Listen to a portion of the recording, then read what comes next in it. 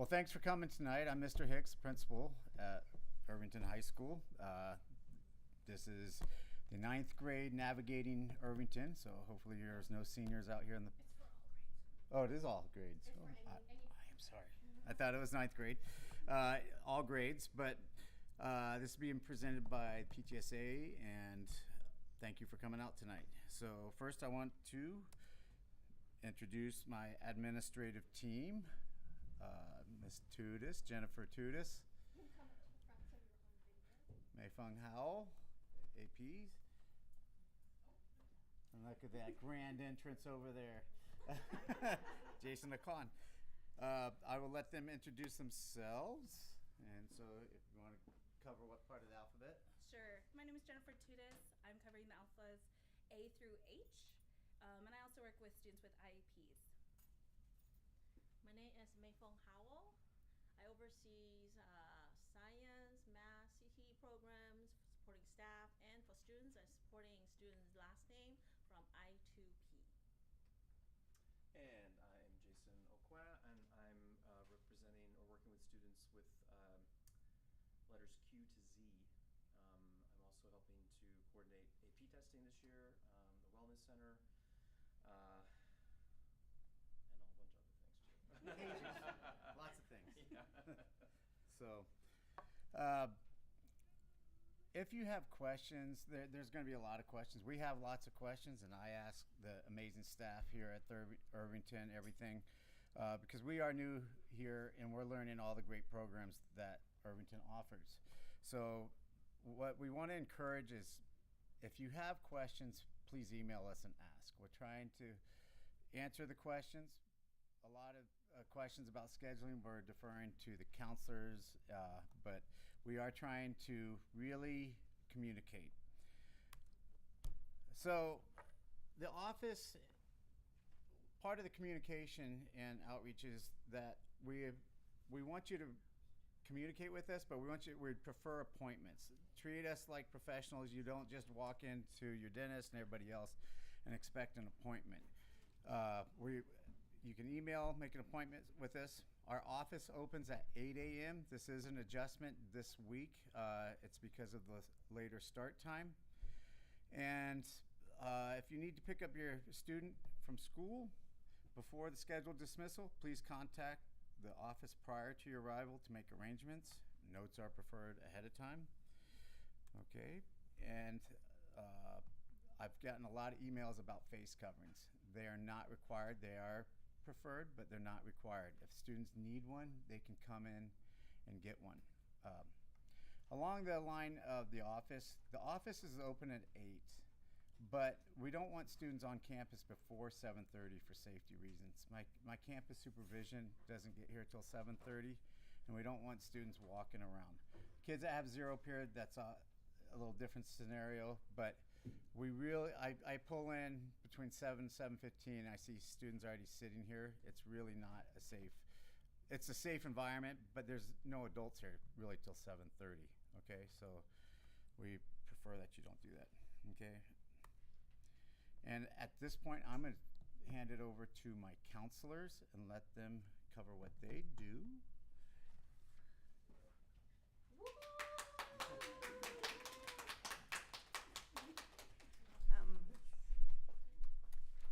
So welcome everyone. As Mr. Hicks says, we're excited to have all of you here. Thank you to PTSA for helping organize this. We are the counseling team. There's 5 of us, and we are divided by last name. The goal is to follow your student the next 4 years. So that way they get to know us, we get to know you. And again, email is the best way for you to get contact us. But we really want to encourage you to have your student who's now a young adult to come see us. So if they have a question, or they can consult with you, and then they can come see us during office hours. We want to really encourage self-advocacy. That's a really important skill at the high school level, that they can speak up and answer questions. They can ask their teacher questions, go to Flex, see their counselor, go to admin, see whoever they need to see, and just build those advocacy skills. So by the time they graduate, they'll be prepared for life, college, work, and all that good stuff. We are divided by alphabet, so Okay, so I'm Ms. Velasco, and I have last names A through DH. Miss Bennett is not here right now. Almost said not with us, so that's she's just not here today. She exists. She's here. She's all well, but just not here right now. I'm Miss Minty, KO through NGO. And I'm Ms. Velasquez. My last names are NGU through SH. And I'm Ms. Serrano, and I work with the students SI through Z. And I'm the college and career specialist, Bindu Chopra, right here. Okay, so what do? We do academic interventions. So if your student is struggling in any subject, whether it be math or science, they can come see us and we can talk about interventions.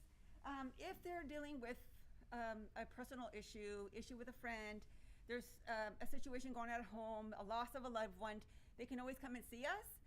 And then we are fortunate enough to work with quite a few agencies, and we have interns here, so we can refer to someone, a specialist, an intern. So they can come see us, and we can get them set up to continue service. And we also have the post-high school options. We can talk to them about their plans once they graduate, whether it be community college, four-year college, out-of-state college. And again, we have our amazing Ms. Chopla, who can also talk about college and career readiness. And social. So let's say your student wants to get involved in a club or a sport or community service, and they just want to know how to navigate, how to find more information. We can help them with that navigation process. Again, best ways for students to contact their counselor is we have drop-in hours, so please encourage them to come see us during drop-in hours. And again, you can always email us if you have a question specific to your student or in general. Again, please see us, and you can email us. But again, please encourage your student to ask questions, whether it be for us or for their teachers, staff, because we want them to build that confidence to go and talk to that staff person to get them the help and resource that they need. Okay. So next, I'll pass it to Ms. Serrano. Okay. I'm up. Hello. So for best way to contact the counselor, as Ms. Velasco was saying, for health and wellness concerns, so if your family is experiencing a hardship, I know with COVID, there's been a lot of issues that have been going on. So just contacting us, emailing us, and again, as Ms. Velasco mentioned, there are other resources that we can connect families to. Academic struggles. So if your student is struggling in a class, and your student and you have already contacted the teacher, have already talked to them, then we can also discuss what academic interventions we have available for all our students at Irvington. And then we are in the process right now, the counselors, what we do is we go through all the transcripts for the seniors, then juniors, then sophomores, and we review students that are deficient in credits for graduation, and we send out letters or emails. And then that's a lot of the meetings we have with parents, is to try and put a graduation plan in place to get the students back on track. And again, we're going to continue to reiterate this. We really want these young adults to be able to seek out the support themselves, right? Because once they graduate, that's what they're going to be doing as adults. So we really want them to be able to resolve the issues, because once they resolve that, then they increase those problem-solving skills, and then they can feel a little bit more confident about themselves that they can follow through, right? What am I? Oh, there we are. We also offer parent information sessions. So we usually offer them by grade level. We talk about graduation requirements, college entrance requirements, and then we have a question and answer. We usually do this through Zoom because of COVID. We just found that, you know, when you do it through Zoom, then we have more parents that are able to assist at, or attend these meetings. So we will be giving out information as those come around during the year. And then this is a chart that is available for all students in Fremont Unified School District. So if a parent or a guardian has a concern, then this is just the flow chart. It is available on our website as well, for everyone. And then I'll have Ms. Velasquez talk about interventions. So some of the interventions that we have on campus, if your student is struggling in any of her classes, we always recommend students to go through their advisory or flex, have them make appointments with a teacher who they might, in a class they might be struggling in. We also have the library. Many of the kids are working on benchmark projects, and so they can seek assistance as well in the library. We also have student-initiated contact with the teachers and counselors. We have our cost team, our coordination of services team. So if parents or teachers have concerns, they normally refer it to through a process called cost, and we discuss and find better ways to support students. There's also a tutoring club through the Peer Resource Club, and then they also are there during lunchtime. Also, the Google Classroom and the IC portal, a lot of questions that we get from parents can be found in the IC portal, like student grades and transcripts. And then Google Classrooms is how most of our students are accessing their curriculum. Here are some health and wellness interventions. So we have like the IHS Wellness Center that can be found as well on the Irvington webpage. School counselors, we can, if a student is struggling in anything, we have resources such as Care Solace, who can help with referral services to counseling. Again, the cost, okay, through costs, we have school nurse, our school resource officer, our school psychologist, and then we also have mental support, health support from different agencies that offer individual and group counseling. So if your student is struggling, you can contact us and we can see what services we can connect them with. Here are some tips. I won't go into detail because this slideshow will be emailed out to you, but here are some tips for raising some healthy and happy teens.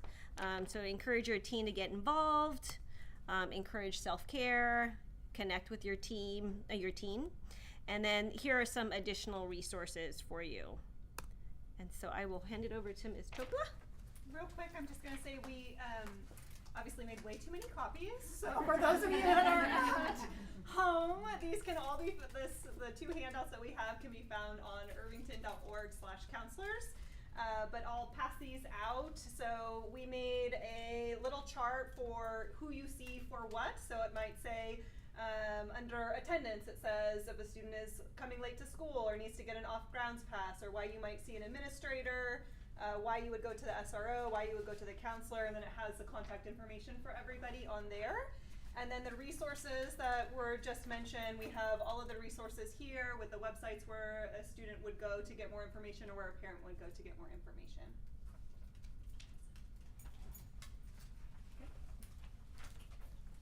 Hello everybody, my name is Bindu Chopla. I am the College and Career Specialist here at Irvington. I'm mainly famous for work permits, issuing work permit, but trust me, there's lots and lots more I do other than issuing work permit and answering the questions, why is it taking so long? My slide, yes. So I mainly encourage you to ask your kids to go visit the career center. I know COVID and all those things, not many kids, actually most of the students, they don't even know there is something called career center existed in Irvington. So please have them come, familiarize themselves with the opportunities I have in my room. 9th grade especially, it's a very intimidating year, transitioning year for them. So career exploration begins from 9th grade itself. Currently I'm busy with seniors, arranging college admission counselors visits. Senior application time is very crucial, as you all know. I'm available before and after school and during their lunchtime, and email is preferable if they can send me an email if they are unable to come. And please have them come over, see me, ask questions, familiarize themselves. Maybe it will help them write a good recommendation letter once in a while, right? Yeah. So now I'm gonna have, our attendance book. Thank you.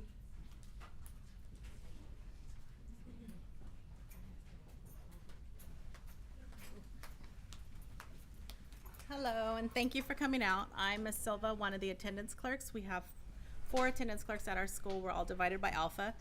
Ms. Engel is for A through G. We are in the process of hiring somebody for G through L. I'm M through SG, and Ms. Cervantes is SH through Z. Where am I going here? So when reporting an absence, it's very important that you call your attendance clerk leave your name, the student's name, last name if you could spell it out. If you know their ID number, it's very important to leave that as well. Sometimes they're students with the same names. And the reason for the absence, also the date. It's important to report your absences within 48 hours of the absence. It helps if it's the day of, because then we don't have to call the student out and disrupt their classes the next day. You wanna do that? Sure.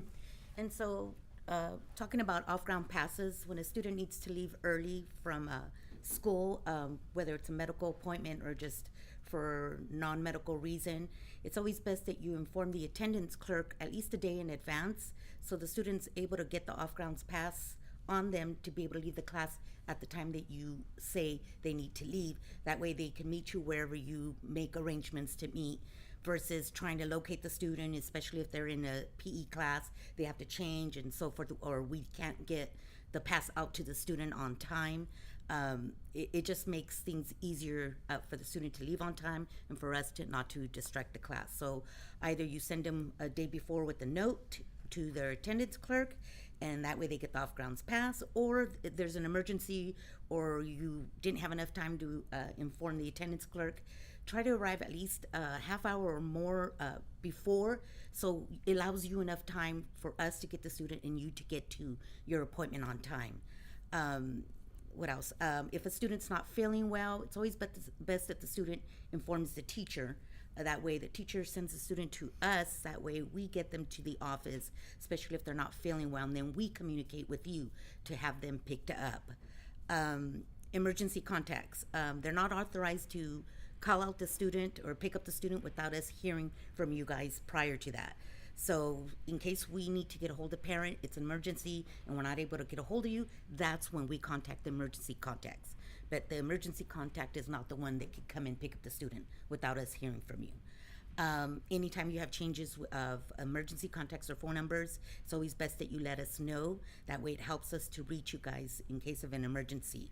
If the student is coming in late for whatever reason, make sure you report that to the attendance clerk. That way we know that the student is coming in late.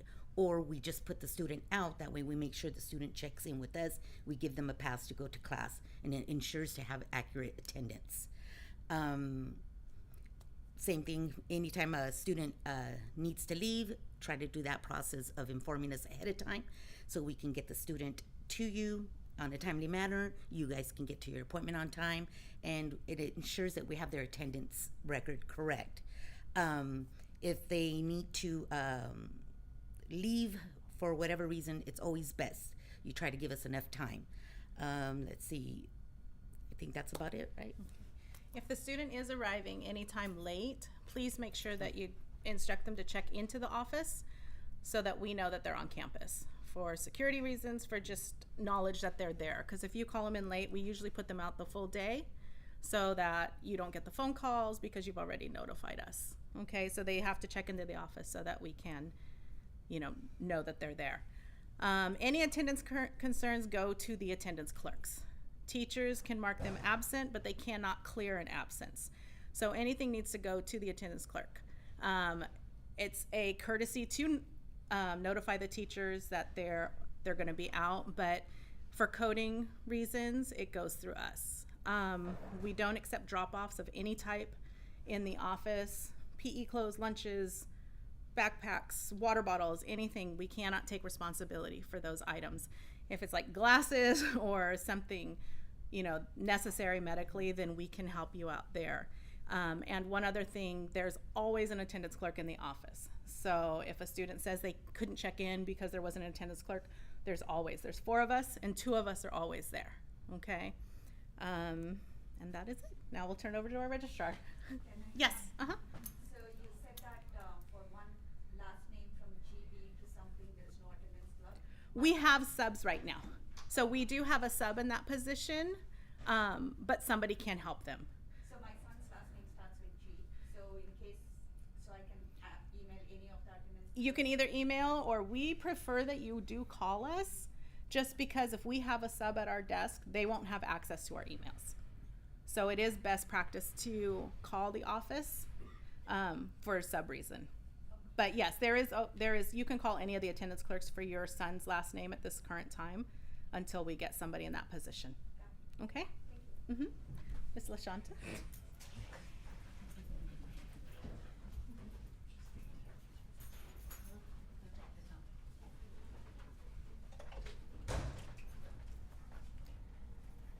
Hi, I'm LaShanta. I'm the registrar.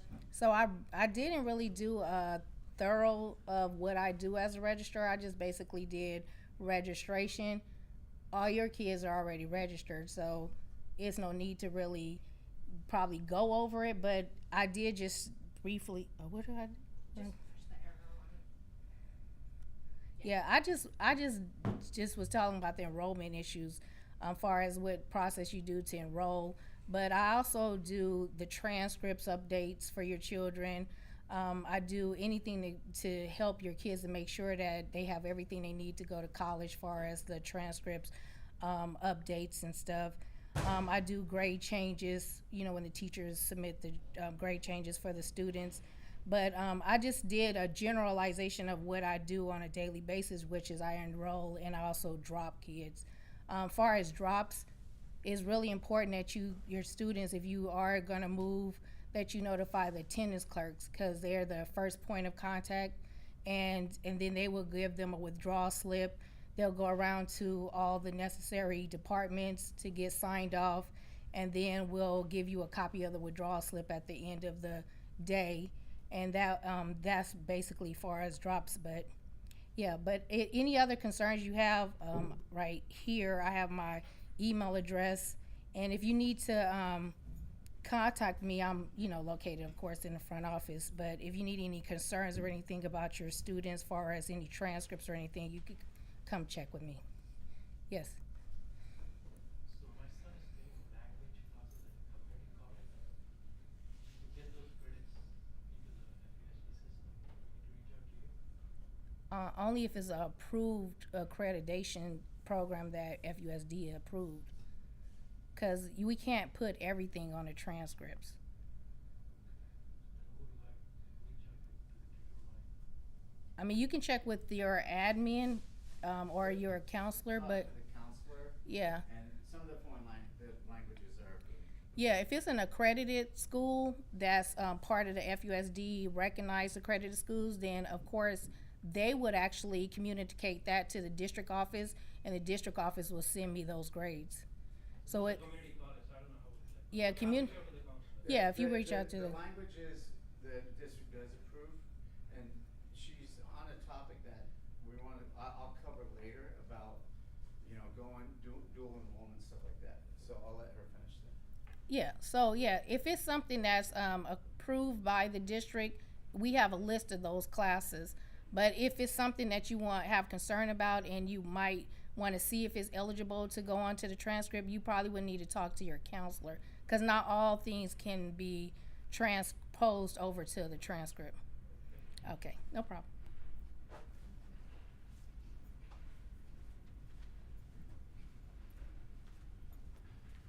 Okay, I'm Mrs. Howell again. So this is my slide introducing the advisory and flex time. So every Monday, Tuesday, and Friday, we have regular scheduled bell. And in the middle of the day, we have 24 minutes of the time that each child is assigned to an advisory period. During that period, okay, the school can be sending out the school-wide information to students, or students can sit there and work with their friends on projects. Okay, but they are assigned students in that particular section. Or if they know they need to travel to a different teacher because that teacher say, hey, you need help on this, you can get a pink slip. So encourage your child, if they struggle in any subject, and tell them, Mama or Dada knows that you have advisory period and you're telling me you need help. Get that teacher, give you a piece of pink slip. And they can actually collaborate with one another among teachers and send the kids from this particular teachers to the required teacher to receive the support. Flex is every Wednesday and Thursday. So instead of they are assigned to a particular advisory teachers, they can choose where they want to go, and they must stay inside of the classrooms. Okay, so the students actually get to have the control. Who do I need the support? And I'm gonna join that group. And also, they can sign up with a group of students that are working on a particular project, like a change, web, or quest project. They're working together, so they can all sign up in the same location and then work on that same project in that location. And that's what the flex is. And also, we have other special interest flex that teachers have the band together, so they have that group of students in, that's actually advisory, in that advisory time. So we have special interest advisory, but not all students are in special interest, depending on if they are the approved group or not. And I'm gonna jump in on this flex thing. We've been doing it for about 3 weeks now, and we're starting to notice this is a time the students are feeling comfortable that if they want to skip class, they think this is the time they can do it. Because they have to go in on their phones or on a computer and sign up for the class. And so what we're finding is a lot of kids aren't doing it. And so we're trying to reiterate to them, that's a cut. You're getting marked absent. So we're giving them a little leeway right now and putting them in. When we find them, we sweep the hallways and we find the students not signed up for something. It's a safety issue, so they have to sign up. And this is what we're trying to instill in the students, that they need to be proactive, go in to the Flex, the Teach More app, and sign up. Yes? So do they have like a default location they're supposed to be at, and then if they need help in another location, they sign up? So Or do they have to sign up every day no matter what? they can sign up 2 weeks in advance. They can sign up for up to 2 weeks in one setting. So they might have a default depending on the program or the benchmarks. Certain teachers can request them. And if a teacher requests them and they go to another room, their screen turns red. And so that teacher knows, nope, you've been requested, and it says where they need to go. But what we're finding is a lot of the students right now are not making their appointments. And so we really need to encourage them to make their appointments and go, because we're going to start giving consequences. And that we're 3 weeks in, they should be doing it. They know. We make announcements. Sign up for Flex. Sign up for Flex. And So. is that just for Flex or for advisory and? No, advisory is in the part of their schedule. This is a whole different program, and it works really well. It's an opportunity for students to get help, start projects, work on projects, but they're starting to get comfortable, and they think, oh, I get 52 minutes to just hang out. So we're sweeping the hallways and getting them in. Okay. What? Go ahead. 1, 2. Last part of it was, do they choose they could go to any classroom that they want? Any class. Now, I'm going to put a little asterisk next to that. Most of the time, they choose one of their teachers. We get a little suspicious when they're just choosing a sub. So they usually choose one of their teachers. Okay. And on the sub notice, we usually shut down that Flex, and one of the admin will sit in with Mr. Weller in the cafeteria, and we will sit there, and like today, we scanned them in. And so I have my frequent flyers that are skipping classes, so I've just assigned them to me. Said, I'll see you here next Wednesday in the cafeteria. Yeah. So. And the other AP were in the hallway roaming around to have the phone. Show me your phone. I don't know how to sign up. Are you a senior? Yes. Oh, okay. Let me show you how to sign up. Yeah. And if they went to Horner, I think Horner was using the same app. I'm not 100%. Yes. So it may be a repetition. So on the Flex days, their advisory teacher is not there. Correct. For class? Correct. So my child is pretty diligent but very forgetful, so I'm worried she'll forget to sign up. So that's part of the growing pains. They've had 3 weeks. We're not giving consequences, but we're getting to that point. We've reached our highest plateau today of people scanned in, which was good. I think we crossed 2,000 scan-ins, and you take out the absences, we're only missing about 100 kids. And we have 150 ROP that we need Yeah. to. So we're getting much better. So, yes. How important is it to have a phone? How important is it to have Flex? Have a phone. Oh. You don't need a phone. You don't need a phone to do it. It's just they. You don't need, right. No, they don't need to. In fact, if they come in and see me, I can sign them up, or ideally they use their computer. They can do it from home. They don't have to have their phone, but it seems like most of the students do. Just say, get your phone out, sign it up, and then they do. And it's a web base, so even It's their web-based. friends can log in, just log in and sign up for me. It's web based, yeah. Social pressures. Yeah. They Mhm. can also ask any of their teachers, Yeah. and make an appointment too. Yeah. Right. Teacher laptop can Can do I it say too. one thing on that too? One of the other reasons why we need you in attendance to send in a note if you need your student to leave early. If you come in at the time for them to leave and they're in flex, it's often harder to locate where your students are. So that's very important that they have their passes already when it's time for them to go. On this screen, I would definitely ask you to remind your students to sign up for Flex.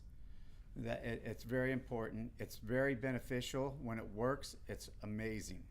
So we're getting it to that point where we got to get it to work and be useful. It's an opportunity for students to get a head start on their homework. 52 minutes. It's a long time. That's a long time. And it's an opportunity for some enrichment. It's an opportunity to start their benchmarks, things like that. So Yeah. one question, assistance from teacher, is that one-on-one assistance provided or is it a group? It's one-on-one? It's both. It could. It's both. The flex sizes range from 15 for some classes up to 55 for the band class. He has, actually, I think he had 120 in his class today. So they're all over the place. A math teacher, a priority day might be a math day where the teacher says, hey, I'm going to work with a small group of students that are struggling, and they request those students. That's the ideal situation. That's where we want to get to. Then we can say English priority day. They pull those kids in that are struggling and can give them more individualized. In other words, we're counting on you to encourage your students. If your students is struggling in certain subject, remind them, hey, let me take a look at your Teach More app. And then why don't we sign up together for your, if it's math teachers for a few days. And then you can follow up monitors too that way too. And advisory is going to be the periods that we're taking care of school business.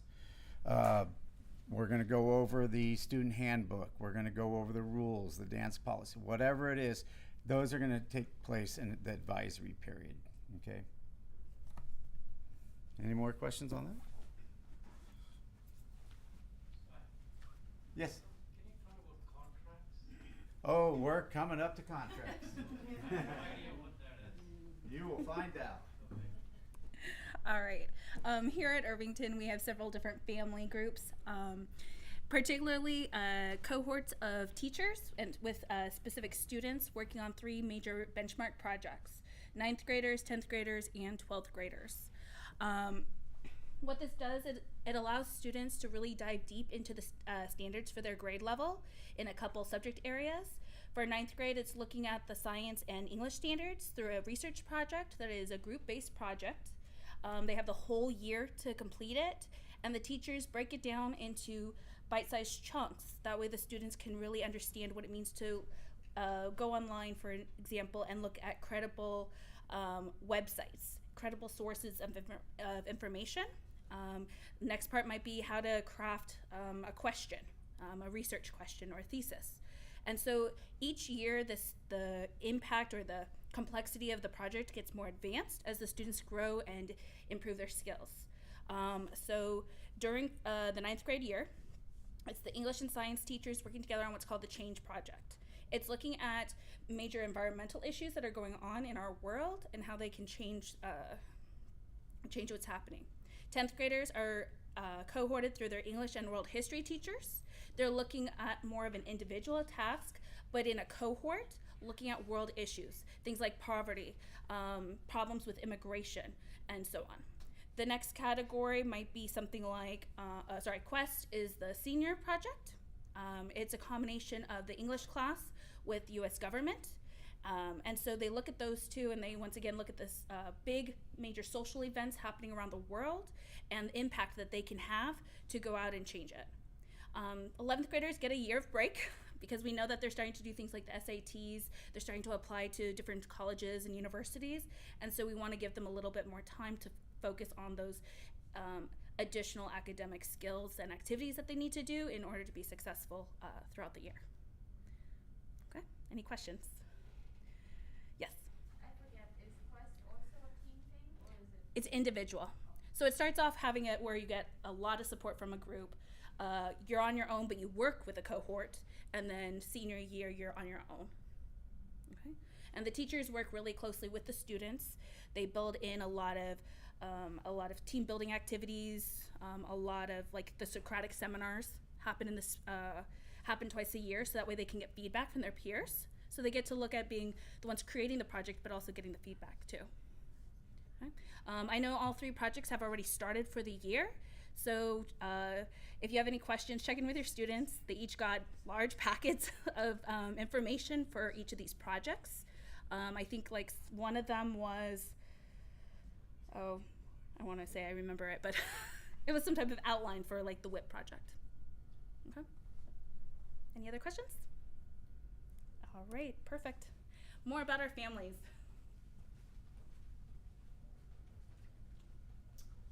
All right. First of all, we're proud to offer college prep classes, honors classes, as well as a lot of advanced placement AP classes as well. Couple of families here. The CCA program here at Irvington, this is the Center for the Creative Arts. Through this family, students are enrolled in history and also English classes that are specifically designed to use the arts in their lessons. Also, students that are enrolled in the CCA program will take at least 3 visual and performing arts classes over the course of the 4 years that they're here at Irvington. So that's really exciting, I think, actually. Next up, we have the SHAPE program. So SHAPE stands for Science, Health, and PE. SHAPE. Students in SHAPE are prepared for employment and or entrance into college or training programs as they fulfill all the requirements that they need for high school graduation. Some of the opportunities for students in SHAPE within the classroom would include a lot of discussion on career awareness. They learn from guest speakers in this program a lot. There's also quite a bit of project-based learning in the SHAPE program as well. Opportunities for students in the workplace would include field trips. There's chances to do some job shadowing, mentors, workshops, internships, and even some paid employment opportunities. So another great program, SHAPE, that we offer here. Next up. Can I ask a little bit about that? Sure, I don't know if I can answer it or not, but you're welcome to ask. Is this on your website, the Yes. programs? Yes. More details? Yes. Because I am new here as well, earlier today I went to the website and printed off these pages so that I could act like I could intelligently describe these programs. So absolutely you can find the information on the school website. They have to be 10th grade, right? That's For SHAPE, to go SHAPE? into the SHAPE program. Yes. Yes. Yes. So the Washington and the American high schools, they have AP classes for the 10th graders. And I believe at Irvington it's 11th onwards. Why is there such a discrepancy? History, isn't it World History Tanganyika? We have AP World? AP Chinese, right? And there was one other one, but it's based on what the school can offer. We have the most, or the largest percentage of AP classes, but we only offer a few in the 10th grade. College Board recommends 11th and 12th only. So. All right. So, I have a question. If a student enters in SHAPE in 10th grade, do they have to continue the rest of the years or they can come back to the normal course? That's a good question. Yes? You have to stick with it. You have to stick with it. Stick with it. But what does it mean? Is it like you enroll in some special classes related to those courses? yeah, classes here that, Kinesiology is one Yeah. that in the SHAPE program. It means being a family, so it would be like approximately 100 students this year, and they're share same classes, and so-called classes is cohort. Cohort. For examples, would be kinesiology and a health class, Sports psychology. sports psychology, and spectrum. What is that? Spectrum art, something like that. So there's a specific class that would be a cohort for that students. And basically, if it's health, it's the equivalent to regular health, except the emphasis is on the SHAPE program. And Yeah. because they're a family, that's why Irvington High has many different families. So what if my child is not CCA, not SHAPE, are they in a family? Yes, they are still in family. So like benchmark, we try to cohort same about 60, 70 students in one family. Means they share the same English and science as a freshman. They share the same English and world history as a family. And that's what it means by families. It's like they're family with other students. thank you. All right. Ines. So one of the things that makes you Irvington unique are their benchmarks, but it's also what you mentioned, the no D policy. And I'm gonna, hopefully I click this open, all right. So here is the Irvington High School no D policy. And one of the things that is going to, it's not a change this year, it's getting back to the original intent of the no D policy. It was started in 1993, and it was for students that fell into a certain percentage, the 60 to 69% grade range only. If at the semester a student has that, Irvington does not believe in D's, the student gets an I, an incomplete, on their for their grade, and then they go into what we call a contract. They have till the end. The first semester has till the end of the third quarter to get that contract complete, and then their grade becomes a C minus. That's the best they can do, is a C minus. Okay. That's what I want to make sure I'm crystal clear on this year. We're going to go through this real quick. They are for contracts are for grades to improve from an incomplete to a C minus. If they don't complete the contract, it goes to a no credit, and then the student does not get credit for that course. Okay, they're not going to get the D. They're going to either get a C minus. Okay, so Irvington High School expectations are that all teachers will issue contracts for the students from 60 to 69% range. Contracts for medical illness are approved by the admin, home, hospital, nurse, IEPs. Grade changes for semester 1 are due at the end of quarter 3. Semester 2 contracts are to be completed by students no later than the end of summer school. This area that I just mentioned is where we may have gotten a little bit out of whack at Irvington, and it's going to be a change this year. We're getting back in line. Contracts aren't going to be extended on. Students aren't going to be able to raise a B to an A or anything like that.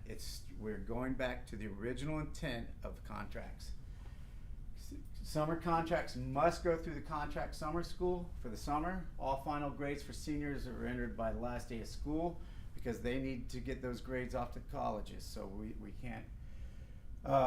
Let's see, after quarter 3, all I's that are in the system and completes, if they haven't completed the contract, it turns to a no credit, and they'll have to retake the course, either summer school or again. Use of school approved contracts only, so students can't just make up their own contract. It has to be approved. And at the end of the first and third quarter, students in the 60 to 69% range will receive a D on the report cards. That is to take care of our athletic students.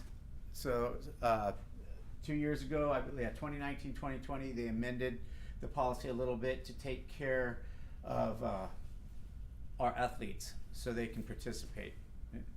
And at the end of the first and second semester, students in the 60 to 69% range will receive an I on the report cards and a contract. So that's the contracts in a nutshell. It is unique to Irvington, and you will be hearing more about it. Hopefully, you never hear about it because your students are going to get an A, B, or a C, and they don't have to deal with contracts. But that's where we're at. The students that are in the D range. Yes. What is the point of this? Why should they not get a D? Or like, why was this originally? Let me click on it again because let's see. I'll show you what they came up. The philosophy. Irvington High School has a long-established policy of contracts to allow students to master curriculum, not mastered during the semester or a semester. Contracts allow students whose grade falls between the 60 and 69 to receive a contract and a grade of I rather than a D at the close of the semester. Contracts consist of work or assignments that must be completed. The no D policy was implemented in 1993. It intends to help master units of learning before moving on in a subject. Irvington has high expectations for students and does not believe that a D grade constitutes competency. So, yes? So if I interpret correctly, no one will get an F rather than get an NC? They will get an NC, and they'll have to retake the course for credit. So. Can I just add something? Sure. So I have 3 kids who have graduated from here. One of my daughters did get a contract. She still got into Berkeley, so don't worry. So, you know, I think like a lot of people get, you know, stressed out if their child has a contract, but I can just say that she's there right now and she got in. So, you know, there are other things that colleges look at because everyone always stresses about the AP classes and and what colleges look for, but I've had children who are all over the place in terms of academic ability and they still got into a UC, so don't worry. Yeah, it is unique, but yes, it's not the end of the world if your student goes on a contract. Yeah. Okay. Benchmark projects, as mentioned earlier, and so philosophy is that we're educating the whole child through community service, knowing the surroundings, and having very high expectations.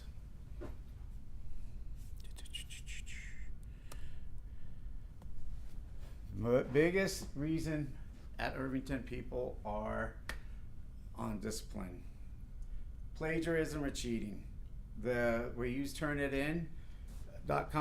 PTSA purchases it every year for the departments to catch plagiarism, where they're submitting other people's work.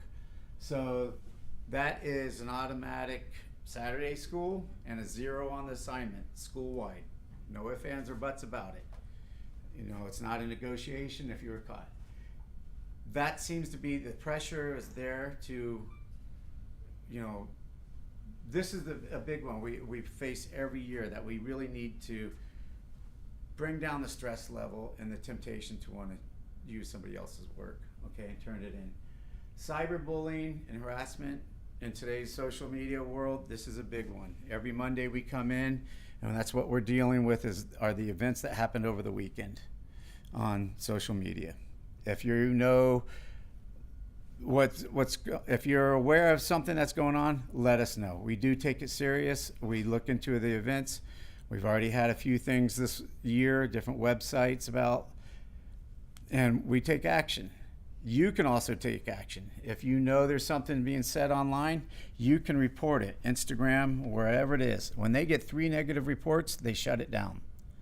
So if you report it, get your brothers, sisters, in-laws, whoever it is to report it, but also let us know, because the school takes an interest in it. If we can tie the event back to the school setting, we have an interest in it, and we can discipline or address it, counseling, whatever it is. Okay, but that's what our Monday mornings are. It's dealing with the events that happened over the weekend on social media. Know what your kids are doing online. Really, it's a big thing. Vaping and drug use. I wish I could stand up here and say that never ever happens at Irvington, but vaping is a real thing. The students, they look like little USB drives, and they're hard to find. If you find a device in the house that looks like a little thumb drive or whatever, make sure it's not something that's used to vape. The students are vaping. When we catch them, you'll know. We'll call you. But it's a real problem. They're very good at hiding it, and it's something that we want parents to be aware of. That don't think it can't happen in your house. It can. Somebody mentioned it early, the peer pressure of the phones. So there's peer pressure for all types of things. Okay, so just be involved in your students' education and where they're going, what they're doing, and watch that screen time. Prevention and intervention. We use progressive discipline. We don't go straight to, suspension and things like that. Kind of like our flex. We're catching the students still not signing up. We're working with them, reminding them, giving them warnings. They get a detention. They don't show up for detention. Still trying to work with them. Believe me, nobody in this building got into education to punish students. So we really want to get them corrective action. And so we don't rush just to the discipline part. But my ultimate goal here is school safety. And so if after some time, the progressive discipline, we keep going up the ladder. And if it's a constant problem, then we take the next step, and that could include suspension. Okay? Grade level assemblies. Just leadership? We do grade level assemblies. Restorative practices is when we work with the students to the victim and the perpetrator. They work together and they try to come to some understanding. Traditionally, we suspend two kids, student A, student B, or student B, student A. They go home, they got in a fight, something, they went home, they came back, and nothing was ever done. Under the restorative practices, we're still going to suspend, but we're also, before they're brought back into the setting, we're going to bring them back into the room and have a discussion to see, hey, what happened? What did you learn? How can we move forward? Okay, so that's where the restorative practices, it's trying to get some resolution without just saying, you're suspended, see you in a week. Nothing happens. A student's disruptive in the classroom, teacher asks them to leave. At some point through the restorative process, in some cases we want to get the teacher with that student and say, hey, what is it that's not working? So that's where that is.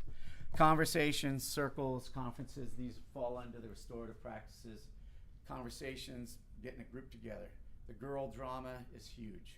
I will say not as big as junior high was, but the conversations are work, and they getting the students to talk about things. In most situations, we have a combination of traditional and contemporary. So yes, we use progressive discipline. In certain cases, we're going to use the restorative practices. I believe in building relationships with students. I seek out those students that are the most disruptive, and I try to establish a relationship with them, okay? And that's the key to me to have a safe campus. I can talk to Johnny or whoever it is and say, why'd you do that, Johnny? What's going on? It's not just kicking them out of school. It is literally a village. Yes? Quick question. So how early do you involve the parents? I mean, at the very first sign of an incident, or you work with the kid a few times before you let the parents know something is going on? That's a great question, and I'll be honest with you, it's a case by case in the severity of the thing. Right now, I'm not calling every parent that their student is not signing up for Flex, but we're starting to see a pattern. I work with the attendance clerks. They give me the papers every day. I'll call them. So it depends on the situation and the severity. If it's alcohol, drugs, absolutely, you're going to get notified. If it's a health and safety thing, absolutely you're going to, or self-harm. But things like, okay, you're late to second period, why? Sure. But now it's been 3 times in 2 weeks you're late to second period, why? There's always a girl or a boy involved. So they have to walk them to the class. No. So that's a great question. I can't give you a flow chart and say, well, in this case, On the yeah, serious stuff, you will. absolutely. And we document too. So I am all about campus safety. My admin team is too. Today we were sweeping the hallways during flex. That's the time. And after lunch, talk to your students about lunchtime. We're an open campus. They've got this freedom. They get to take off. Well, they got to come back. That park across the street, I would just tell them, don't go over there. It's just not worth the trouble. They go over there, they hang out, and then they forget to come back. They don't hear the bell. Just tell them to stay on campus. That would be my recommendation. But yes, we have an open campus. They get to leave, but they have to be back. That's still a cut if they're not back. And that's fifth period is a big time, or after lunch, right? What's that? Back on time. So they had this newfound freedom, and they're like, oh, this is awesome. So, okay. I will say the kids have been great. Respectful. There's 2,300 students here. There's always going to be a few, but the students have been amazing. I've had a great time with these students. They call me by name. They're polite. They're respectful, and even some of the ones that push the envelope have been pretty respectful. So I really do appreciate that, and that's a testament to the families. The goals for high school. Was this me? I think it might still be me. All right. We'll go with it. All right. The goals of the high school, the whys. We're looking for healthy students physically, and right now, especially emotionally. Okay. We will be starting our social emotional lessons through their advisory classes, I believe, in October. And joyful. One of the things that I really want to try to encourage, and the leadership, the ASG students are amazing. They're doing all types of activities. The kids are doing things. So we want the kids. It's not all about the AP class. We have to let the kids debrief, and relax. The well-rounded student, the student that participates, is in clubs, has friends, and is just sitting around talking, not sitting there on their phone, but doing all types of things. Academically engaged. They're getting the rigor here. One of the things on my first week here walking around visiting classes, teachers did not waste any time getting the students engaged, and it was a sight to see. Resilient. If the students are here now, they're resilient. They made it through COVID, they're back here, and we're hoping for resilient kids. They get through all these benchmark projects. Their first year of college, from what I hear, is they come back and say, college is easy. Quest and these different benchmarks got them ready. So,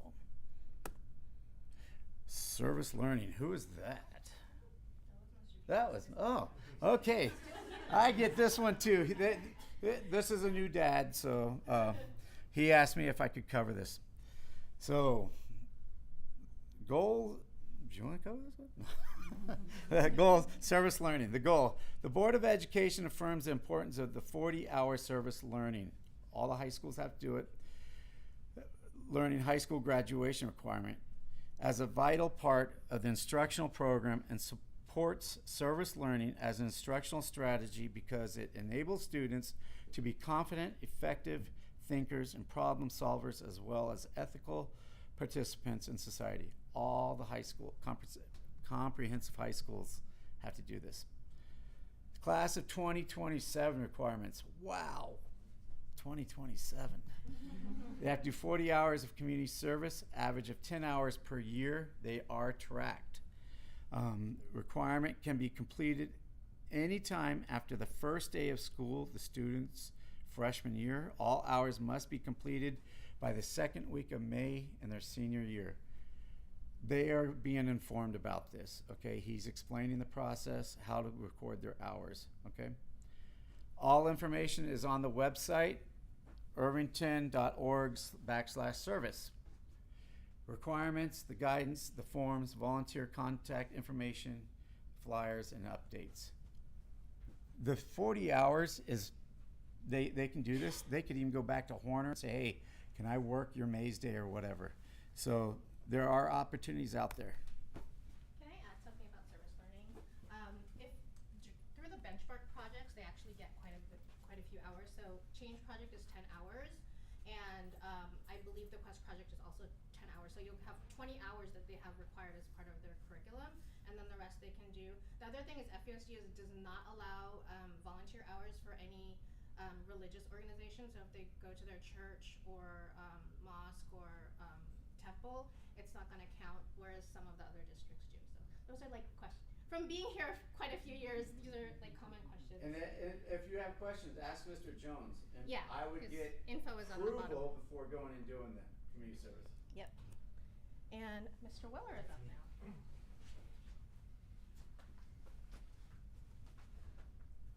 All right. A little transition from behind the scenes to the action. Good morning, or I teach in the morning. Good afternoon. Good evening. There we go. It's so hard to have habits. Glad to see everyone here. Glad to see everyone online. I'm Mr. Willer. I am the Student Body Activities Director, so I oversee all of the wonderful activities that happen on campus, as well as our student government and clubs. And I'm also a math teacher too, so I wear a lot of hats here. I do a lot.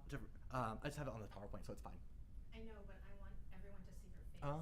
So I put it on. You figured it out. Okay. Why? Why activities? Why do I devote so many hours to the school? Why do I devote so much time and energy? And really it comes down to three things: connections, community, and culture. Connections are what make us us. It's what keep people coming to school. Students who feel connected to school not only perform better, but they're going to be happier and healthier. And so I want to make sure that every single student has a connection to this school through some program, through maybe it's a sport, maybe it's a club, maybe it's a staff member, maybe it's different events that we do, maybe it's with a teacher or it's in the library. Connections look different, but I want to make sure everybody has one. Community, I want to create a sense of we're all in this for each other. We're a family at Irvington, and we work together to achieve things that no individual here could. And finally, creating our school culture, creating a school where students want to come every day and enjoy coming every day. And so I have this really strong belief that when you're happy, when you want to come to school, you're going to perform better, you're going to learn more, and you're not worried about the other things in life. So that's why activities are here. That's why we have all these extracurricular events. We're trying to make our students well-rounded, and we're trying to build them up and get them ready for what's next. Both buttons. Who is student government? I am the overseer teacher, but we have about 52 students in leadership this year, and they're divided up into different committees. Our committees is we have our executive committee, which oversees all of student government, and then we have our class officer committee, which oversees all of our class councils.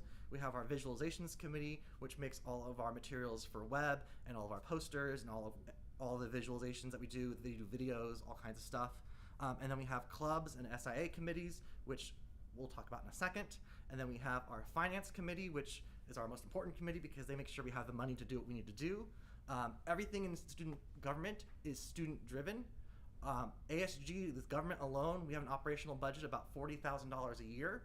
All that is budgeted by students. The students create the budget. They approve all the expenditures. They have to balance that up and plan fundraisers to project income, and all that wonderful math is happening. So the math teacher for me is really excited about that part. And then we have our public relations committee, which works with organizations such as our staff, PTSA, and other groups, just so that we can work together and have, lost that word, but we work together and make things more harmonious. Our public relations committee also works with athletics so that we can appreciate our athletes and encourage students to go to athletic games. And finally, we have our procedurals committee, which is our accountability committee. They're responsible for making sure we get done what we say we're going to do. It's very important to have that committee. How do you learn about what's happening at Irvington? Irvington's a big school. We don't just have 300 students this year-ish. We have over 70 active clubs, and that is a big jump from middle school. There are events happening for school programs. There's events happening. We have band, choir, PAC, athletics. There's all kinds of things happening. So how do you stay informed? I'm going to give you my favorite website, ihsvikings.org. On this website, every day is published the daily bulletin and the weekly schedule and links to our Google Calendar and all the other calendars that we have. If something's happening, you're going to find out about it on ihsvikings.org. We also read the same bulletin during advisory or flex period every single day. If your students think they hear something important on the announcement, but they missed it because someone was talking or they were reading really fast, which tends to happen because there's a lot of announcements, you can always go to ihsvikings.org and the announcement will be there. They actually read the announcement from the webpage, so it has to be on the webpage for them to be able to read it, so it's always there live. So encourage students to check there, find out what's happening. Clubs are always posting when their next meeting is going to be, and you can always go back to the previous day and see what's happening. The other advancement we have is we found out students don't like going to websites every day. Students love Instagram. And so we have an Instagram handle, IHS Blue Crew, which every student is welcome to follow. You are welcome to follow. And you can even message us. We have people that will answer questions and reply back to you if you have questions about activities and programs, clubs, whatever it is, we're going to help you find an answer. And we also post stories about what's happening, recap videos. We'll highlight different clubs and programs on our campus throughout the year. So another great place. We have weekly announcements on our Instagram and daily announcements on our website. So if you're looking for something that's happening, start there. If you still can't find what you're looking for, then you can email me. Clubs. We have so many clubs on campus, we had to divide it into two categories. And so we look at clubs, either ICC, which is all of our regular interest-based clubs, and SIA, which is all of our service clubs. There's lots of acronyms in high school. It drives me crazy. Suffice to say, if your student is interested in a club, we probably have a club for them. If there is no club for them and they have a group of friends who want to start a club about that new passion or project, come see me and I'll get them started on that process. We have clubs that we open new clubs all year round. We also close clubs that are no longer active all year round, so it's always a changing, moving goalpost. If you go to that website, ihsvikings.org, on the very top you can click on clubs, you can click on our club brochure, and that is all of our active clubs as of May's Day. It has information about what the club does, when they meet, some of the events they've put on in the past, and contact information for each of the clubs. If students are having troubles contacting a club, they can come see me. My classroom is in the student union, which is inside the cafeteria, so it's really easy to find me. They have to remember, it's lunch, I'm hungry, go get food, and then go see Mr. Willer. I'm at the student union counter every day at lunch. I'm here to help students connect them to clubs. I can connect students to different programs, answer any questions. I'm here to help, and I have students with me at lunch every day who are also here to help. Lots and lots of clubs. The biggest questions I get about clubs is how many clubs are required to go to college, and that's 0. We're doing better about this one. How many clubs do students have to start to get into college? That's also 0. Clubs really are extracurricular. They're extra. They're where you find your passion. They're where you go to learn, but not in the serious school setting. It's more about exploration and trial. And the cool thing about clubs is each one is student-led. So students not only get to be grouped in a club by passion and by interest, but they're also learning to lead an organization. They're learning how to fill out forms, they're learning procedural rules. Clubs are student-created. The time and commitment for clubs varies. If you're doing like academic decathlon, there's a lot of work that goes into being that club. Debate, there's a lot of different events that they go to, competitions and trainings for competitions. Those clubs have a huge time interest. Book club, not as much.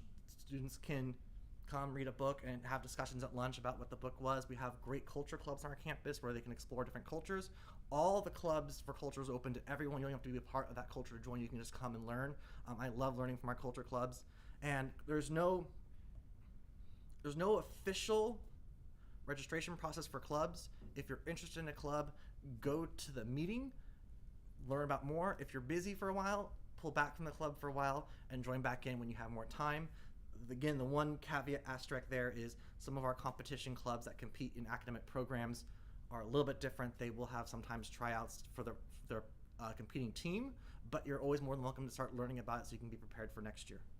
And every club has a staff member, teacher, advisor that works with the club and is responsible for supervising their club events. So how do we make this all work? How do we get everyone involved? How do we achieve our goals? And so I have 4 suggestions. The first one is buy a Blue Crew.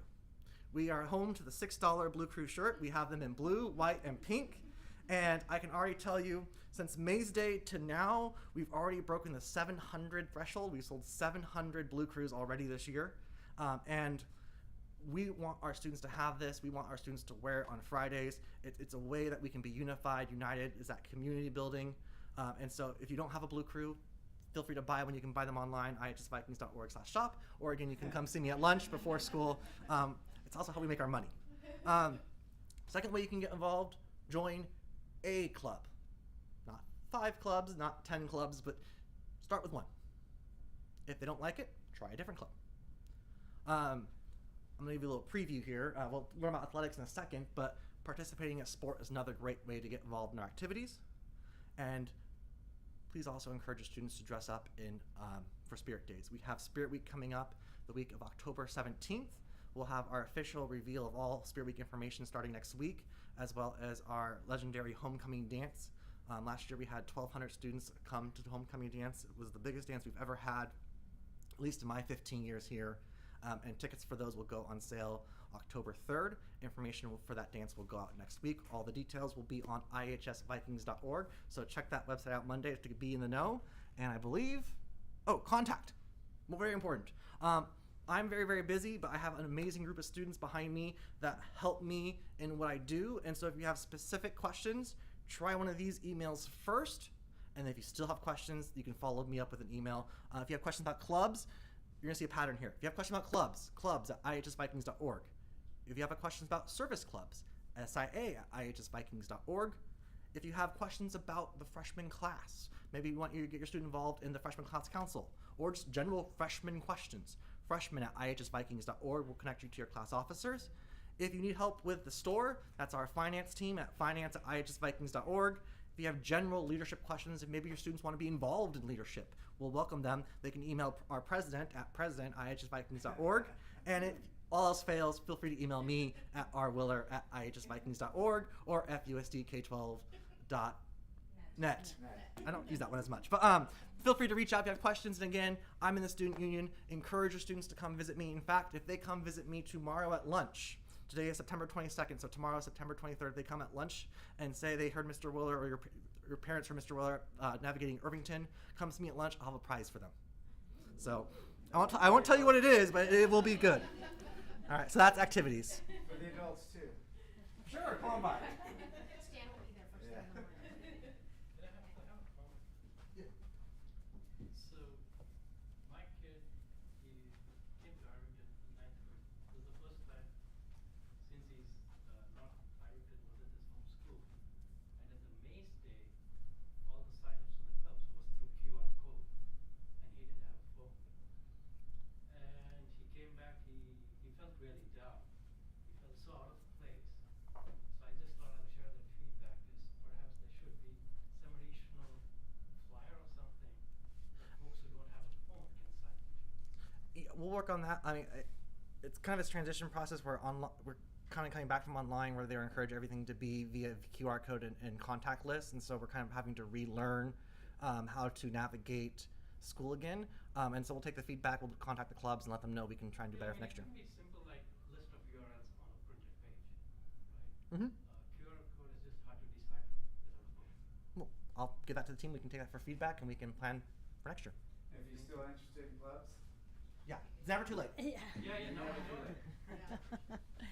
I love following Ryan because of his passion that he has, and we are so very lucky to have him at Irvington and our students to have him. So I really appreciate following him. I'm not going to do a song and dance like he does, but anyway, my name is Michelle Stone. I'm the athletic director here at Irvington, and I've been athletic director for 10 years here. I call it my paying job. I work in special education, and then my passion job is athletic director. So during the day, I'm in the classroom with my students, and then at 3:15 I'm in the athletic office helping out with the athletes. I'm Michelle Stone. I have an assistant, Jennifer, and she is one of the PE teachers. So she is my assistant. She helps me tremendously with all of the behind the scenes things that I need to do, with websites, with answering questions, just a lot of stuff that I cannot do during the day because I'm in the classroom. So I'm very blessed to have her help. We also have an athletic trainer. We are the only school in FUSD that has a full-time athletic trainer. Carmen, she is in charge of all the other schools' athletic trainers. Fremont Unified and Washington Hospital pay for these athletic trainers to be at our schools. The one best thing about having them is that if your child is out in a sport and let's say they sprained their ankle, and back in my day, we would go home, put a little ice on it, rub some dirt on it, and we're good. Nowadays, we have her to have the child come in, and she feels like that it's going to be pretty bad. We'll call the parents in. We are very lucky to have Washington Hospital, Kaiser, Palo Alto doctors that we can send our kids to. You know how it is. Sometimes you call up to the get an appointment for your doctor, and we have an appointment in 2 weeks. With Carmen's help, we can get a doctor the next day. If your child, let's say, just like the sprained ankle and it doesn't need to see a doctor but does need a little bit of treatment, the student can come in every day, either before or after their practice, and get it iced and taped or whatever it needs to get done. So we are very, very lucky to be able to have her. And again, we're the only school that has a full-time athletic trainer. And full-time meaning she's at our school probably from 3 o'clock till sometimes 10. So we're very lucky about that.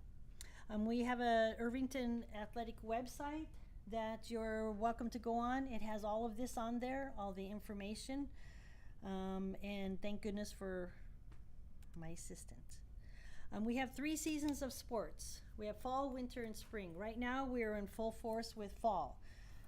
Football, cross country, girls tennis, girls golf, girls volleyball, cheerleading, and boys and girls water polo.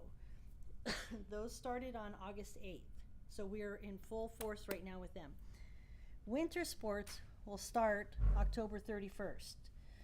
If your child is interested in girls basketball, boys soccer, girls soccer, boys and girls wrestling, they can start thinking about that. Most of those sports right now have open gyms, and open gyms are not a mandatory thing, but they can come in and meet the coaches, meet some of the other players, and start being able to get in condition for those sports. Then we have spring. That'll start on February 6th. Baseball, softball, boys tennis, boys golf, badminton, boys volleyball, swimming, and track and field. Most importantly, for those, we have to have you signed up. So on here it says athletic clearance website. That is where, and I have some of these if you guys want some of these. I have them in the office, I have them in my office and in the front office, or on the website. And athletic clearance, we used to do paper. They would bring me their papers and physicals, and now we're so very lucky to have it online. So on the bottom part tells you how to sign up for the sport. On the top part is about our athletic booster club that helps out all of the sports at Irvington. The one main thing that you need to know that your child will have to have a physical in order to try out for the sport. We are going to be having physicals here on campus on October 25th. So if you have a child that's going to do a winter sport or a spring sport and they need a physical, they can come and sign up for me for $20. And we have the Washington and Kaiser doctors are going to be coming and donating their time to give these physicals for these athletes. So main thing, remember, they need to be signed up on athletic clearance. You parents will have to do some signing up on that also, and the physical, and then they can try out. Okay. Sports eligibility, grades wise, it's getting kind of late, so you guys can read that. If you have any questions, you can always call me or come and see me. On these slides, I have the fall coaches' emails. I always tell the athletes they can always email the coaches, okay, if they have any questions. Fall, winter, spring coaches' emails. Athletic boosters, again, they support all of our sports here at Irvington High School. So we have usually about 800 athletes, and I think this year we're really, really excited. Right now we have 52 members. Last year I think we had maybe 30 athletic booster members. And again, we know that was because of COVID and all of that stuff. But it costs, we get no money from Fremont Unified to support our athletes. We have to raise all that money, okay? I'll let you read the booster things online there. One exciting thing is they are raffling off a Letterman's jacket. They usually cost probably about, just to buy the jacket, about $300. And then all the things that your kids want on them, that's up to you. That could go up to thousands of dollars. But the varsity jackets are starting to come back. So they are raffling off a jacket at our homecoming game. And the exciting part about sports is we had a football game a couple weeks ago, and it was like the freshmen never have been to a football game. And sophomores too, I think it was kind of, they didn't go to games. So we had the band there, we had all the kids there, and the game ended and they didn't want to leave. The band just kept playing and the kids were out there just having a great time.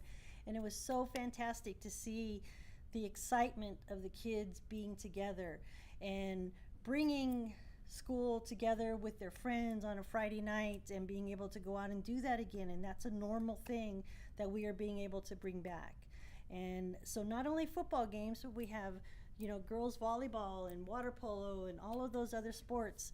Come on out and watch. And it's just such a blessing to see the kids having a great time. But we finally had to get them out of there because we wanted to go home. But it's really great to be able to see them do that. So we have more. Our homecoming is against Moreau on the 22nd of October. I'm hoping that the band will be there, but come and watch the kids. Even if you don't know any kids on teams, come and watch the kids and just enjoy a good night of pure fun. As far as the season length, does the one season, like the fall season, end just before the winter season starts, or do they overlap? So fall will end probably the first weekend of November. So there's probably a little bit of overlap, but our coaches know that, hey, if you're in a fall sport, you still get to try out for a winter sport. And then are the practices usually here on campus for these sports? Yes, the only ones that are off campus is cross country. I mean, not cross country, water polo, because our pool is not deep enough, so we practice up at Mission San Jose. Golf, of course, because we don't have a golf course. But almost all of the other sports practice on campus here. And it's usually 5 days a week, because I know kids have tutoring and they have this and that. This is not just a recreation sports. These are competitive sports. So they need to be there at practices. And of course there's always something, you know, that you could need to talk to a coach about if there's, you know, conflicts and stuff. But they're expected to be there 5 days a week.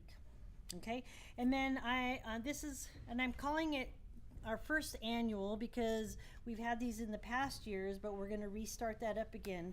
So the Booster Club is presenting an all-sport parental information. I don't think we're going to do it online like this. We're going to do it in the gym because I want the parents and the athletes to come and meet the coaches. So we'll have all the coaches there.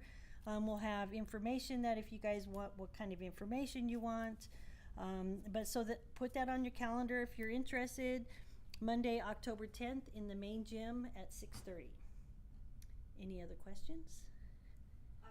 So if you submit the physical form for, say, winter sports, Mhm. like say basketball, so is that applicable for other spring? Yes. My suggestion is, I always tell everybody, try and get your physicals in the summertime because they last one full year.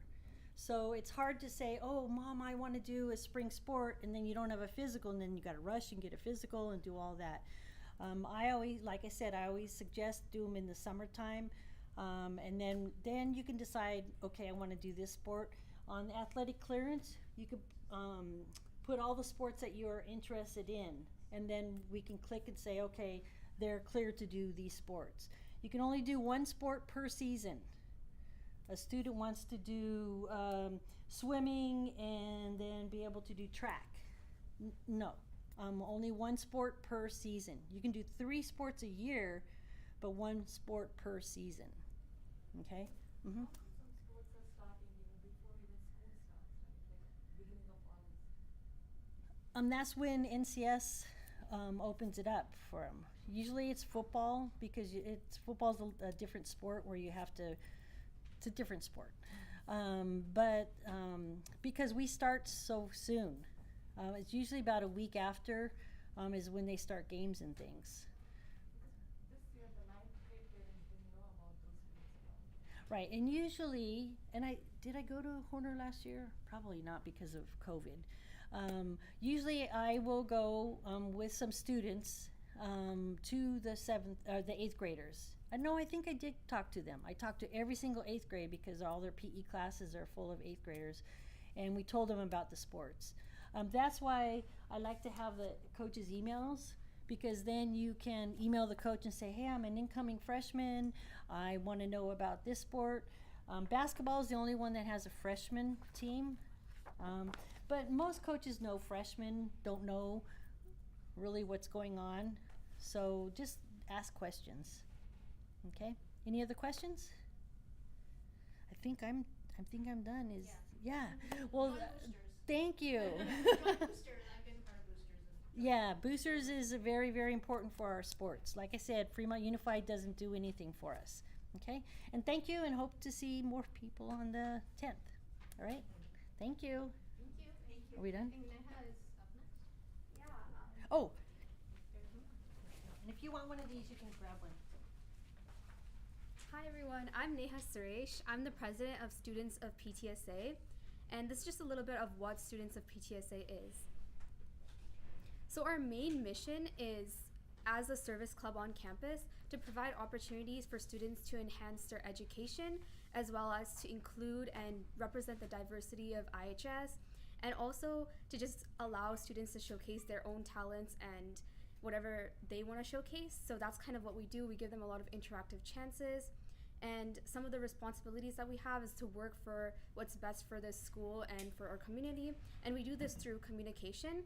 And a lot of the times, not a lot of students look at their Infinite Campus or their emails, so we sort of use Instagram, Facebook, other platforms where students are generally more active on, to sort of convey the messages in very simple, brief infographics or posts.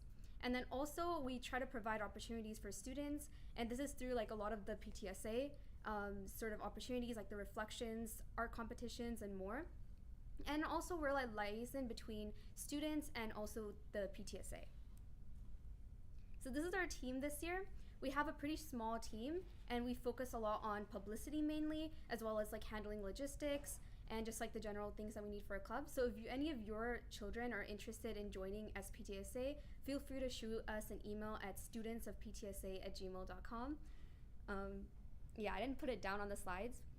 Also, for upcoming events, one of the things that we're working on is creating a prep book sale. Usually we have this to sort of cut down on costs for expensive prep books, specifically for AP books, because there are a lot, and sometimes it's a lot of money for all the classes that you're taking. So we kind of source them from previous students that have taken those courses, as well as alumni, and resell them, and we give those profits to PTSA and other charitable organizations. For example, we did this during the pandemic, and we gave it to a lot of relief organizations for COVID, as well as for a lot of humanitarian causes, what was happening with Ukraine. And then also we do a lot of cultural events, And the main one that's coming up is Dandia Night. It's coming up on October 7th. And this is where we sort of organize a community-based event where everyone can kind of come together, they can dance and just have some fun. Also, something that's coming up is winter care packages. This is sort of like a holiday gram where people can buy things and give it to other people. This is going to come towards December and January. So yeah, that's about it for students of PTSA. Do you guys have any questions? Yes. I have a question for Dandia Night. Is it something where you buy tickets ahead of time, or are you gonna put out information about that? Yeah, it's coming next week. We'll be posting a flyer and ticket link. Anything else? I think we're done. Okay, last but not least, I am Faria Khan. I'm the PTSA president this year. This is my third round of being PTSA president. As I mentioned before, I've had 3 kids graduate from here, and I have 1 here currently and 1 yet to come, so I'll be around forever. So you can contact me, president.ptsa.irvington@gmail. I usually respond within 24 hours. If I don't by some chance, just email me again. This is our board. Rocky, our VP of Programs, arranged this entire event today, and we really, really appreciate all of the staff members who stayed extra late to present to all of the parents. Honestly, I feel like Irvington is a family. I've been here, again, forever, and so I really, really appreciate our Irvington community. And you can contact any of these people. If you go to our website, you'll find all of the email addresses. These are our goals. Student success, student wellness, so we're really supportive of the Wellness Center here. Of course, we want well-rounded students, as Mr. Hicks and others have mentioned, so we want to provide opportunities for that. Build a strong community. Dandia Night is an example. It's coming up on October 7th, and we invite all of the feeder schools to come here too. The last time pre-COVID, we had 300 people come. So it's a really big event. It's super fun. You don't need to know how to dance. You just come, we teach you the steps, and it's just a really, really good community building. It's not a fundraiser. It's just really to get everyone here and have fun. Improve communication. We're really trying to do some different things. Like, for example, we're live streaming this. This is the first time we're live streaming an event, and so we want to make sure that we're able to engage with the community, get the word out there about all of the great things that Irvington has to offer. Informative meetings. Again, this is a very informative meeting. We had pretty much, entire admin and support staff here to talk about all the different things. We have a few seminars coming up about career readiness and college readiness. We've had things about mental health awareness, and as well as college essay writing. So all of those are yet to come. I will be sending out emails. And then, of course, we want to appreciate the diversity and inclusiveness of our Irvington community, make sure that everyone feels welcome. It's not just about who's in the room, but it's also about who's not in the room and how do we engage with them and bring them into the room. So thank you again. If you made it this far, kudos to all of you. Thank you for being here. And if you have any questions, reach out to anybody who is here. You can email me as well. If you don't know their emails, you can email me and I can connect you with the right person. So I just have one question quickly. I know everybody's getting late. Yeah, sure. Regarding the career center and the counseling part, so until and unless I definitely know that students should advocate for themselves and they should reach out, and since for the freshmen, are there any group counseling or something where they just get familiar with their counselor assigned to them or something like that, or I'm not sure. I was just really curious, if once they are connected. Oh, but the counselors, as freshmen, the counselors do meet one-on-one with the students. Oh, they do meet? Yeah, Even yes. if the student doesn't reach out? Yes. So right now, I think she mentioned that they're going through everyone's transcripts and everything. So they're supposed to meet one-on-one. So they can, yeah. And it's really beneficial for your student to have a relationship with his or her counselor, because when it comes time to get recommendation letters, the counselor can write the recommendation letter for college applications. So yeah. Mm-hmm. One of the nice things that I know about Irvington versus some of the other schools is that all of your support staff for your students, from admin, attendance clerks, counselors, we're with your student all 4 years. So we don't change by year, we're by alpha. So we're with your student or your family, all the years that they're at Irvington. And definitely, you know, I would really like to appreciate last time when we had that, you know, the meeting with the teachers, and you were very pro in sharing the links of all the Oh. teachers. You know, everybody was just going around, where do I go? And then we just got an email that don't worry. You know, Right. thank you so much. Well, no, and that's Yeah. came from trial and error, past mistakes. So yeah. That spreadsheet really helps. Yeah. Good. Good. Quick one. Do the counselors give advice on what can be done in summer, or is summer completely up to the parents? Like, can my freshmen talk about, hey, what should I do in terms of classes and all that?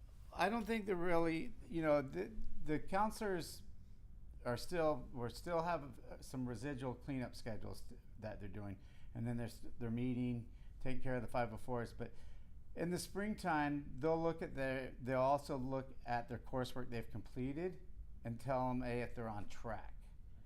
When they were 7th grade, they got the 6-year plan, what they need to do for the next 6 years. Now we're down to the 4-year plan, and so that their counselors will work with them on that. They won't tell them what they should take over the summer, because most of the counselors will probably say, relax, have fun. Okay, you're on track. You're going to be okay. That's what we really want to emphasize is we don't need to bog the students down with so much academics. Let them try some different electives, try new things, find their interests. So don't expect the counselors are going to say, oh, you need to take this AP class, you need to do this, you need to do that. They'll listen to the student and then give suggestions. I want to thank everybody for coming out. I do appreciate it. The whole admin team has been very appreciative of the entire staff and the community, and the kids have been great. So thanks for coming tonight, and especially the staff. You still all have to be here tomorrow. So, but thank you. All right.